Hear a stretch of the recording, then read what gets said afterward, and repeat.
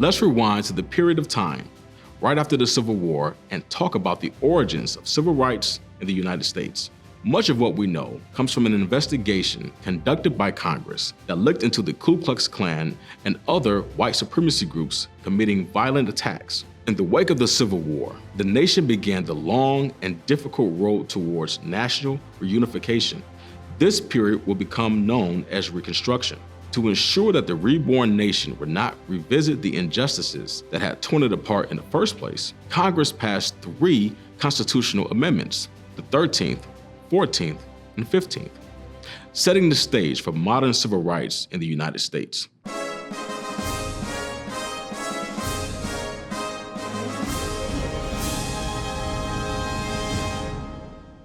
The 13th Amendment abolished slavery. The 14th guaranteed equal protection under the law and due process. And the 15th secured voting rights regardless of race. On top of that, the Civil Rights Act of 1866 declared that all persons born in the United States were citizens, regardless of race or past conditions of servitude. As a result of the new laws, African Americans flooded onto the voter rolls. At the beginning of 1867, less than 1% of African American men were registered to vote. By the end of that same year, 80% had registered. None of this sat well with white supremacists. A new violent group known as the Ku Klux Klan emerged in the South. Its members engaged in acts of violence against both African Americans and white advocates for their civil rights. When the Civil War ended, the South, the Confederacy, lost the war on the battlefield, but politically, they were not losing. They were still engaging in extra-legal political violence in the South. Extra-legal political violence. What it means is that you're engaging in political violence largely to terrorize, to intimidate a group of people. And also the violence is itself dramatic. It is a performance. So once extra-legal, it is a performance. You are dressed in uniforms. You are also parading, you're using your weapons, and so others around you may witness or see the performance. And the purpose of the performance is twofold. One, to largely send a message to the national government, i.e., we could say President Grant, that we're going to nullify federal law. We're not going to respect the 14th Amendment in terms of the rights of citizens. It also sends a message to newly freed African Americans that you may have legal rights, but we don't have to respect them, and you must largely go back to your former status and be subordinate to the dominant group. Multiple state governments pleaded with Congress to investigate the KKK. How would Congress handle the situation, and could it act fast enough? Congress's first move was the Enforcement Act of 1870. Since KKK members wore cloaks and hoods when committing atrocities, the law made it illegal to go in disguise to violate another person's constitutional rights. In March 1871, the Senate committee issued 2 reports. The majority report concluded that the KKK was a white supremacist group secretly engaged in acts of murder, assault, and terror aimed at suppressing the political and civil rights of the formerly enslaved and their allies. It noted that the local law enforcement and government officials in many southern states were either helping the Klan or unwilling to act against its members. While the investigation was underway, Congress enacted the Second Enforcement Act to enhance the previous Enforcement Act by providing more detailed procedures for federal prosecutors to try to dismantle the KKK. Reports of KKK brutality still flowed in.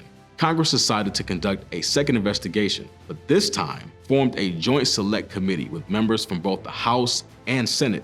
Explicit steps were taken to ensure a fair inquiry by requiring both a Republican and Democratic member be present when witnesses gave testimony. The purpose of all the enforcement acts was to ensure that the U.S. military would protect the rights of African Americans to vote freely, to walk down the street freely without being harassed, and to have their farms. So the whole purpose of the Reinforcement Acts was largely to ensure that if I was a farmer, I could farm my land without my crops being burned. If I were to go to vote in a local election, I could do that without the fear of being shot after I voted. And so the purpose was for the U.S. military to protect citizens so that they could just live a normal life. For the next 10 months, from April 1871 to February 1872, the Joint Select Committee heard from almost 600 witnesses, including brave individuals who suffered from and witnessed acts of violence. Their testimony provided specific evidence on the KKK and insights into Southern life during Reconstruction. Historian Henry Louis Gates Jr. described these hearings as the closest the United States came to a Truth and Reconciliation Commission after slavery. The beauty of the testimony and having it recorded shows that immediately after the American Civil War, that these formerly enslaved individuals saw themselves as Americans. And it's their testimony, I think, that's so important, because what they did was to set the stage for everyone to think about rights, individual rights and collective rights. So what were the findings of this investigation? In February 1872, the Joint Select Committee finished its work by issuing 2 reports, along with 13,000 pages of testimony and documents, which took up 13 volumes. The majority report attributed the rise of the KKK violence to the recognition of African American rights and the Reinforcement Acts. It stated that KKK leaders used the laws as a rallying cry for their acts of violence. Furthermore, it described the KKK's extensive reach into every southern state and detailed its acts of terror. In contrast, the minority report criticized the Ku Klux Klan Act. It acknowledged that while some men did meet in secret, it claimed that such meetings were for self-defense. It also stated the recognition of African American rights was socially and politically dangerous. It was disappointing that members of the 2 parties came to such different conclusions, given the bipartisan inquiry that took place and the detailed evidence collected by the committee. As time passed, however, a consensus gradually emerged that the majority report was factually correct. The KKK was a violent white supremacist organization. Congress played a key role in ensuring those facts prevailed. In the end, the Joint Select Committee struck hardest at the KKK, not through legislation, but through the media. Because its hearings were public and the committee printed tens of thousands of copies of its reports, newspapers throughout the nation frequently printed excerpts, exposing the KKK's secret operations and bringing light to the violence it wrought throughout the South made it more difficult for courts and state governments to dismiss attacks by the KKK. And what's important about the investigative committees is that while it would take some time for us as Americans to think about civil liberties as being at the national level for everyone, this is the first step. I mean, this is the really first step in terms of actually thinking about rights and liberties, and the fact that you have it, again, in the 13th Amendment with the abolishment of racial enslavement. You have it in the 14th Amendment in terms of birthright citizenship, and the 15th Amendment in the rights to vote for black males. The investigative committee is saying, we are committed to this. And we're hearing these stories about this extralegal violence in the South, and we have to investigate it. Another consequence of the inquiry was the creation of the U.S. Department of Justice. In 1870, President Grant created the Justice Department and staffed it with lawyers to help prosecute KKK members and protect African American voting rights. So what are the takeaways of this investigation? 1. While the congressional investigation didn't shut down the KKK, it exposed the KKK's atrocities with detailed evidence and made it harder for the KKK to operate. 2.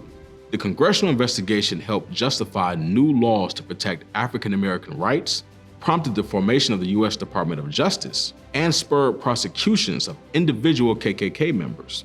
3. The investigation showed that while Congress doesn't always immediately influence public opinion, its oversight investigations can compile important facts that over time help produce a more accurate view of American history. In a time of turmoil, anger, and confusion, it was Congress that collected the facts. As one of our country's founders, John Adams, once put it, facts are stubborn things.